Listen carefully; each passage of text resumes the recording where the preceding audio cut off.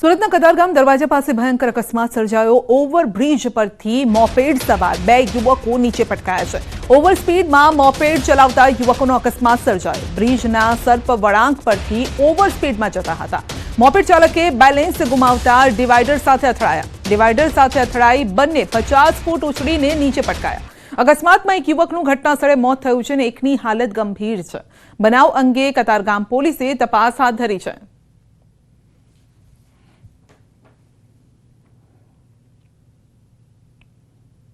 ધોળોના સફેદ રણથી પરત ફરી રહેલી કારનો ગજબ અકસ્માત થયો। ગોરેવાલી પાસે કારે બાઇકને અડફેટી લીધી અને સ્ટીયરિંગ પરનો કાબુ ગુમાવતા કાર રસ્તા પરની બાજુના ખાડામાં ખાબકી હતી। આ અકસ્માતમાં બાઇક પર સવાર બે લોકો ઇજાગ્રસ્ત થયા છે અને વાસી ઉત્તરાયણના દિવસે સફેદ રણથી પરત ફરી રહેલી કારને અકસ્માત નડ્યો હતો, જેમાં ગોરેવાલી પાસે કાર ચાલકે કાબુ ગુમાવ્યો। ગોઝારો અકસ્માત સર્જાયો। અકસ્માતના સીસીટીવી પણ સામે આવ્યા છે અને કાર ચાલક પૂરપાટ કાર હંકારી રહ્યો હતો। આ દરમિયાન સ્ટીયરિંગ પરથી કાબુ ગુમાવ્યો અને રસ્તાની બાજુમાં જઈને ખાડામાં આ કાર ખાબકી હતી। અકસ્માતમાં કારે બાઇકને અડફેટે લેતા બે બાઇક સવારની ઈજા પહોંચી છે, જેમની હાલ હોસ્પિટલમાં સારવાર ચાલી રહી છે। આખો અકસ્માત સીસીટીવીમાં કેદ થયો છે, જેનો વિડીયો સામે આવ્યો છે અને આ વિડીયો જેણે જોયો રૂંવાડા ઊભા થઈ જાય તેવો આ વિડીયો છે।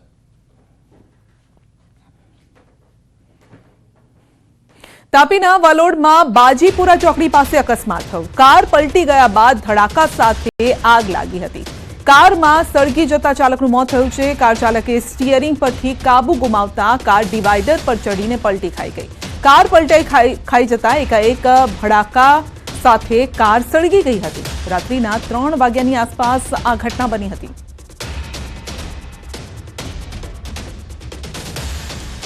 તહેવારોમાં પણ તોફાની તત્વો શાંત ન રહ્યા। રાજ્યના કેટલાક વિસ્તારોમાં અસામાજિક તત્વોએ આતંક મચાવ્યો।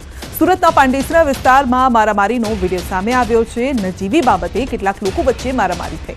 આ તરફ રાજકોટમાં અસામાજિક તત્વોનો આતંક જોવા મળ્યો। આકાશવાણી ચોકમાં ચાની હોટેલ પર મચાવી હતી ધમાલ। 8 થી 10 શખ્સોએ મારામારી કરી, જેના સીસીટીવી પણ સામે આવ્યા।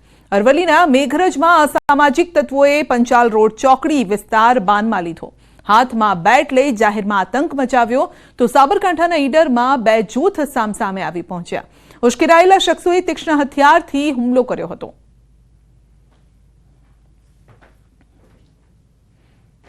મહેસાણામાં ₹9.12 લાખ ભરેલી બેગની ચોરી થઈ। કડીના થોડમાં સમી સાંજે આ ઘટના બની હતી। થોડમાં દુર્ગા ઓટોમોબાઈલ શોરૂમ આગળની આ ઘટના છે। કારમાંથી રૂપિયા ભરેલ બેગની ચોરી કરવામાં આવી છે। કાર માલિક શોરૂમનું શટર બંધ કરવા ગયો અને ચોર ચોરી કરી છૂમંતર થઈ ગયો। શોરૂમ સંચાલકે નોંધાવી છે પોલીસ ફરિયાદ। સ્થળ પરના સીસીટીવી ફૂટેજમાં એક યુવક બેગ લઈને રસ્તો ક્રોસ કરતો દેખાઈ રહ્યો છે। પોલીસે સીસીટીવી ફૂટેજના આધારે તપાસ હાથ ધરી।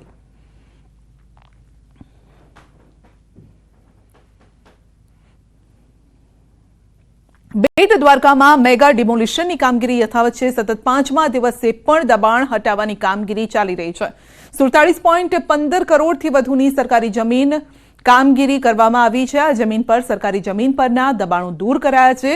272થી વધુ બાંધકામો તોડી પડાયા છે।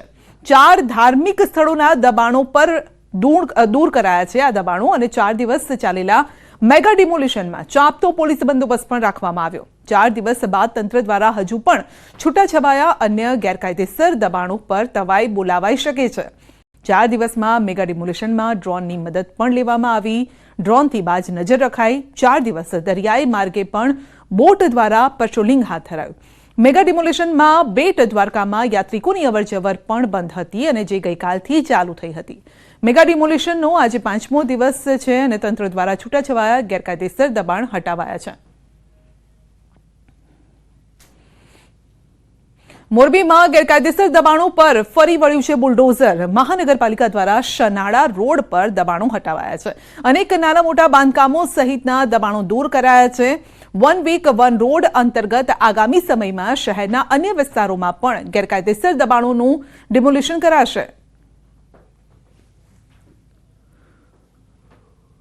ઉમિયા સર્કલથી લઈને સરદારજીના સ્ટેચ્યુ સુધી દબાણ દૂર કરવાની કાર્યવાહી કરવામાં આવી છે। એમાં નાના મોટા જેટલા પણ દબાણ હતા એ પણ દૂર કરાયા છે। સાથે સાથ જે ટ્રાફિકને અડચણરૂપ કોઈપણ સ્ટ્રક્ચર્સ હતા એ પણ દૂર કરવામાં આવ્યા છે અને નાના મોટા બાંધકામ પણ જે ધ્યાને આવ્યા છે એ પણ દૂર કરવામાં આવ્યા છે. આણંદના બોરસદમાં ચાઇનીઝ દોરીથી યુવકનું ગળું કપાયું છે. સારવાર દરમિયાન યુવકનું મોત થયું છે. યુવક બોદાલ ખાતે મામાના ઘરે જતો હતો. ઉત્તરાયણના તહેવારની ઉજવણી કરવા માટે જતો હતો. પામોલ બોદાલ રોડ પર આ ઘટના બની છે. યુવક બોરસદના ઢુંઢા કુવા ગામનો સતીશ પટેલ હોવાનું સામે આવ્યું છે.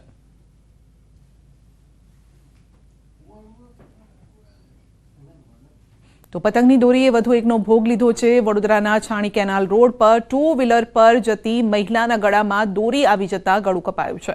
દુર્ઘટનામાં માધુરી પટેલ નામની મહિલાનું મોત થયું છે. મહિલાના મૃતદેહને પોસ્ટમોર્ટમ માટે સયાજી હોસ્પિટલ ખસેડાયો. મહિલાના મોતથી પરિવારમાં માતમ છે. વડોદરામાં ઉત્તરાયણના દિવસે 4 નાગરિકોના મોત થયા છે. 20થી વધુ લોકો પતંગની દોરીથી ઘવાયા છે.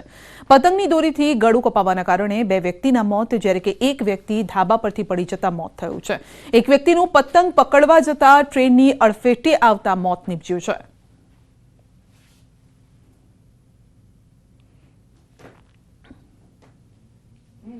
અમરેલીના ખાંભા શહેરમાં દીપડાના આંટા ફેરા. જીનવાડીપરામાં દીપડાએ વાછરડીનો શિકાર કર્યો છે. વાછરડીના શિકારનો વિડીયો સીસીટીવીમાં કેદ થયો છે. દીપડાએ વાછરડીનો શિકાર કર્યાનો વિડીયો સામે આવ્યો છે, જે સોશિયલ મીડિયામાં વાયરલ થઈ રહ્યો છે. ખાંભા શહેર રહેણાંક જીનવાડીપરા વિસ્તારમાં દીપડો આવી જતા ફફડાટ ફેલાયો.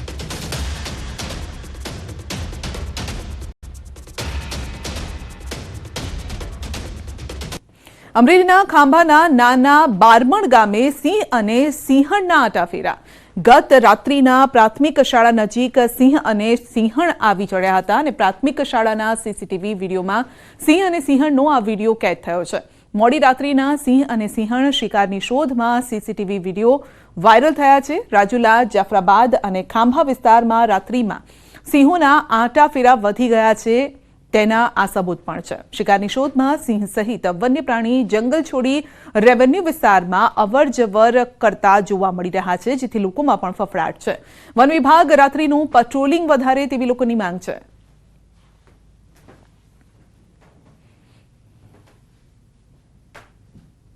ગીર સોમનાથના ગીર ગઢડાના ફરેડા ગામે દીપડાનો આતંક જોવા મળ્યો. રાત્રે સૂઈ રહેલા વૃદ્ધ પર દીપડાએ હુમલો કર્યો છે.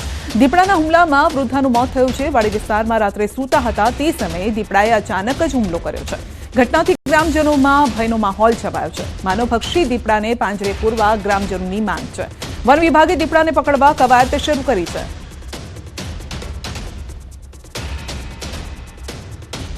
સુરતમાં હજીરામાં 9 વર્ષીય બાળક પર શ્વાનનો હુમલો થયો છે. મયુર મેળા નામનો બાળક ઘર પાસે રમી રહ્યો હતો. બાળક પર અચાનક 2 શ્વાને હુમલો કર્યો. બાળકના શરીરના ભાગે ગંભીર ઈજા પણ પહોંચી છે. શ્વાનના હુમલામાં બાળકના શરીરના ભાગે 7 જેટલા ગંભીર ઘા જોવા મળ્યા. બાળકને 108 મારફતે સિવિલ હોસ્પિટલ ખસેડવામાં આવ્યો.